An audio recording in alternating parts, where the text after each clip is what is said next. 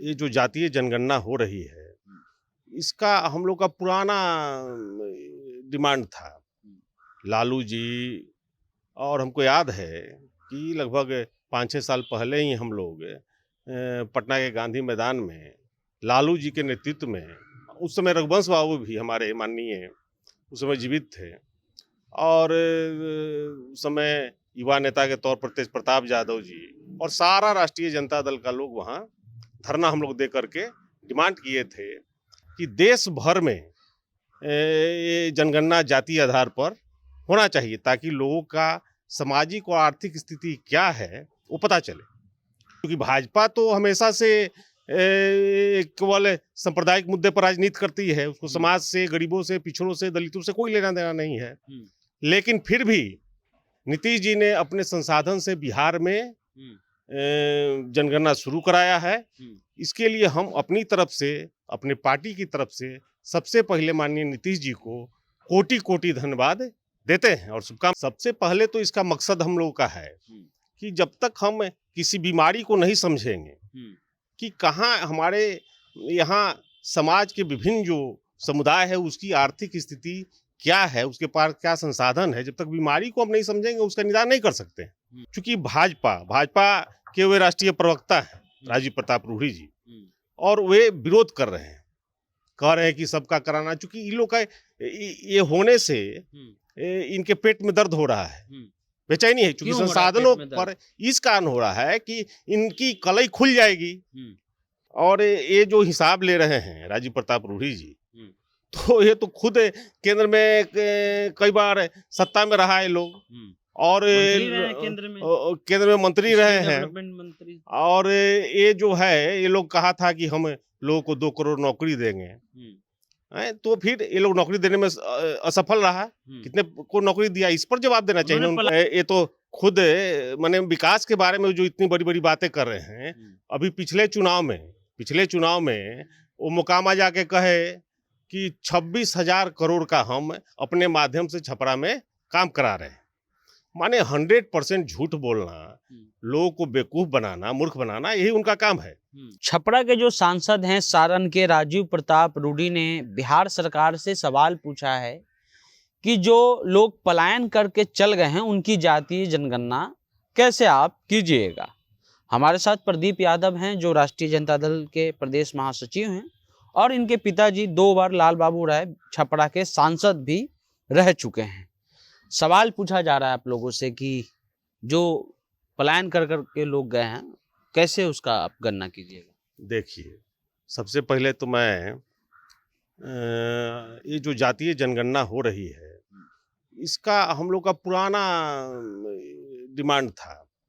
लालू जी और हमको याद है कि लगभग 5-6 साल पहले ही हम लोग पटना के गांधी मैदान में लालू जी के नेतृत्व में, उस समय रघुवंश बाबू भी हमारे माननीय उस समय जीवित थे, और उस समय युवा नेता के तौर पर तेज प्रताप यादव जी और सारा राष्ट्रीय जनता दल का लोग वहाँ धरना हम लोग दे करके डिमांड किए थे कि देश भर में ये जनगणना जातीय आधार पर होना चाहिए ताकि लोगों का सामाजिक और आर्थिक स्थिति क्या है वो पता चले।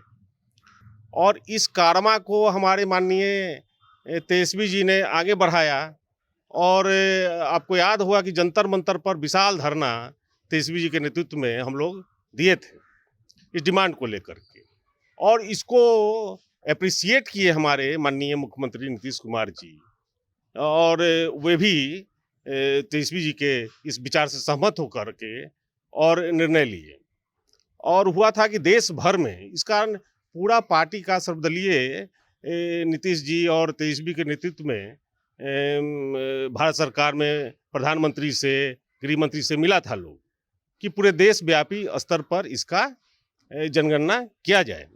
लेकिन वे लोग, चूंकि भाजपा तो हमेशा से केवल सांप्रदायिक मुद्दे पर राजनीति करती है, उसको समाज से, गरीबों से, पिछड़ों से, दलितों से कोई लेना देना नहीं है। लेकिन फिर भी नीतीश जी ने अपने संसाधन से बिहार में जनगणना शुरू कराया है। इसके लिए हम अपनी तरफ से, अपने पार्टी की तरफ से सबसे पहले माननीय नीतीश जी को कोटि कोटि धन्यवाद देते हैं और शुभकामना देते हैं इसकी सफलता के लिए। राजीव प्रताप रूडी आपसे पूछ रहे हैं कि जो बाहर लोग गए हैं उसकी जनगणना कैसे कीजिएगा आप जाके? देखिए, सबसे पहले तो इसका मकसद हम लोगों का है कि जब तक हम किसी बीमारी को नहीं समझेंगे कि कहाँ हमारे यहाँ समाज के विभिन्न जो समुदाय है उसकी आर्थिक स्थिति क्या है, उसके पास क्या संसाधन है, जब तक बीमारी को हम नहीं समझेंगे उसका निदान नहीं कर सकते। और इस कारण ये जनगणना आने वाले के लिए मील का पत्थर बनेगा, पूरे देश की प्रदेश की राजनीति बदल के रख देगा।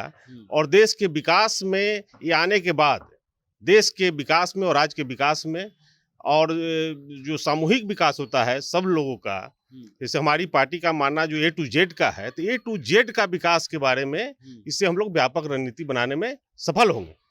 क्योंकि भाजपा के वे राष्ट्रीय प्रवक्ता हैं राजीव प्रताप रूडी जी, और वे विरोध कर रहे हैं, कह रहे हैं कि सबका कराना, चूंकि इन लोग का ये होने से इनके पेट में दर्द हो रहा है, बेचैनी है, क्योंकि संसाधनों पर इस कारण हो रहा है कि इनकी कलई खुल जाएगी। इनका जो है कलई कि पूरे संसाधन पर किस तरह से ये लोग पूरा कब्जा करके बैठा हुआ है, और इससे वंचित जमात जो है, जो पिछड़े अति पिछड़े दलित जमात है, उसे कई सेक्टरों में वंचित रहा है। इस कारण इनके पेट में दर्द हो रहा है, बेचैनी में है ये लोग तो किसी तरह केवल सांप्रदायिक मुद्दा उठा करके राजीव प्रताप रूडी जी के बारे में हम कहना चाहेंगे कि ये तो छपरा में, और विजय सिन्हा जी का भी बयान देखा, भाजपा नहीं चाहती है कि ये हो, तो उन्होंने कही कि गरीब की गणना हो, संजय जायसवाल ने तो कहा नहीं था, तो हाँ, लेकिन सब चुप है। और ये लोग वादा खड़ा कर रहे हैं जहां तहां, और ये जो हिसाब ले रहे हैं राजीव प्रताप रूडी जी, तो ये तो खुद केंद्र में कई बार सत्ता में रहा है लोग, और केंद्र में मंत्री रहे हैं, और ये जो है ये लोग कहा था कि हम लोगों को 2 करोड़ नौकरी देंगे, तो फिर ये लोग नौकरी देने में असफल रहा। कितने को नौकरी दिया, इस पर जवाब देना चाहिए उनको। पलायन पर सवाल किया, पलायन पर क्या मेन कारण है बेरोजगारी। बेरोजगारी कैसे जनरेट हो रहा है, इसमें भाजपा का रोल है सबसे ज्यादा। इस कारण कि आपने 2 करोड़ लोगों को नौकरी देने की बात कही थी, उसके बारे में क्यों नहीं पूछते? इनको पूछना चाहिए नरेंद्र मोदी से कि 2 करोड़ नौकरी देने की बात, पकौड़ा तलिए नौकरी तो आपने नहीं किया। दूसरी बात है, जितनी भी प्राइवेट सेक्टर एथी है, सरकारी संस्था है, सबको बेचा जा रहा है बड़े पैमाने पर, लोगों को छटनी किया गया उसमें से, रेलवे से लेकर के तमाम प्राइवेटाइज किया जा रहा है, जिसमें नौकरियां खत्म हो रही है। तो इस कारण लोग मजबूर होकर के, और बिहार के विकास में इन लोगों का कोई योगदान नहीं है भाजपा का। केंद्र सरकार करते बिना विकास के ही वो लोग 10 साल से राज कर रहे हैं केंद्र में, और 15 साल बिहार में राज किया, अटल जी 5 साल राज करने का है। ये लोग सांप्रदायिक माहौल बना करके, उत्तेजना पैदा करके, और हिंदू मुस्लिम भारत पाकिस्तान करके, लोगों की भावनाएं भड़का करके ये लोग अपना राजनीति करते हैं। इनको पिछड़े, दलितों, शोषितों, अति पिछड़ों से कोई मतलब नहीं है।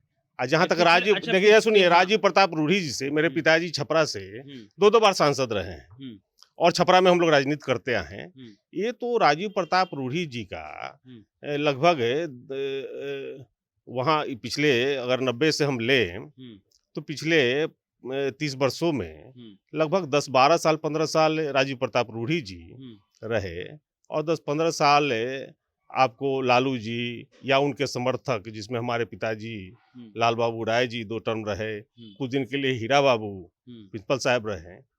इस 15-15 सालों में अगर काम का वहाँ एक सांसद के तौर पर उनको देखा जाए तो आज तक एक काम भी गिना नहीं सकते। उन पर तो आरोप भी लगा था कि एम्बुलेंस से क्या इधर सुनिए, और ये तो खुद माने विकास के बारे में जो इतनी बड़ी बड़ी बातें कर रहे हैं, अभी पिछले चुनाव में वो मोकामा जाके कहे कि 26,000 करोड़ का हम अपने माध्यम से छपरा में काम करा रहे हैं। माने 100% झूठ बोलना, लोगों को बेवकूफ बनाना, मूर्ख बनाना, यही उनका काम है।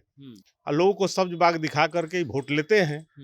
पिछले चुनाव में, विधानसभा के चुनाव में परसा के जनसभा में इन्होंने कहा कि हम छपरा में कई तरह का वादा किए कि हम बाकरपुर से गंडक के किनारे वाल्मीकि नगर तक 80 किलोमीटर रोड बनवाएंगे। और रोड नहीं, वही तो पूछ रहे हैं इनसे कि ये बताएं, पहले वहां के बारे में बताएं ना। 80 किलोमीटर का रोड बनाएंगे और रोड के दोनों तरफ टेक्सटाइल हब होगा, मोबाइल मैन्युफैक्चरिंग यूनिट होगा। दूसरा इन्होंने कहा है कि और हास्यास्पद बात इन्होंने कहा कि दुनिया का सबसे बड़ा एयरपोर्ट हम वहां बनवाएंगे छपरा में, जो टोक्यो से भी बड़ा होगा, वाशिंगटन से भी बड़ा होगा। तो टोक्यो बनारस भी बन रहा था। ये तो खुद हवाई जहाज मंत्री रहे हैं, तो छपरा हवाई अड्डा का हाल देख लीजिए वहां का। और ये इसी तरह से सब विभाग दिखा करके लोगों को बेवकूफ बना करके और ये वोट लेने का काम करते हैं। एक अंतिम सवाल हमारा आपसे है। सुनिए, और जहां तक हम लोग का सवाल है, लालू जी और हम लोग का राष्ट्रीय जनता दल का, आपको छपरा में लालू जी जब रेल मंत्री बने तो दो कारखाना दिए वो थी। ये जो गंगा ब्रिज है पहलेजा सोनपुर का, लालू जी पहले पुल बना, फिर उसके बाद लालू जी मंत्री बने तो उसको सड़क पुल देने का काम किया है। नवोदय विद्यालय दो खुला, जेपी यूनिवर्सिटी बना, इंजीनियरिंग कॉलेज बना। कोई एक काम भी गिना दें राजीव प्रताप रूढ़ी जी तो हम इसको मान जाएंगे। एक काम भी वो नहीं गिना सकते। मेरा एक अंतिम सवाल आपसे है। सुन लीजिए, छपरा का बात आप विकास का निकाले हैं, तो छपरा में एक साधारण NH-19 रोड पिछले 15 सालों से बनाने में ये असफल रहे, जबकि इनका केंद्र में सरकार है, इनका मंत्री है, नितिन गडकरी NHI मंत्री है, तो फिर भी ये पूरी तरह असफल रहे। मैं एक बात साफ तौर पर राजीव प्रताप रूढ़ी जी के बारे में कहना चाहूंगा, अभी तक का जितना भी सांसद हुए हैं छपरा से, चाहे राम सेवक कोई भी हाँ वो रहे हों, चाहे राम बहादुर बाबू रहे हों, लालू जी रहे, हीरा बाबू रहे, लाल बाबू राय जी रहे, आज तक इतना नकारा और इतना आक्रमण सांसद छपरा को नहीं मिला है।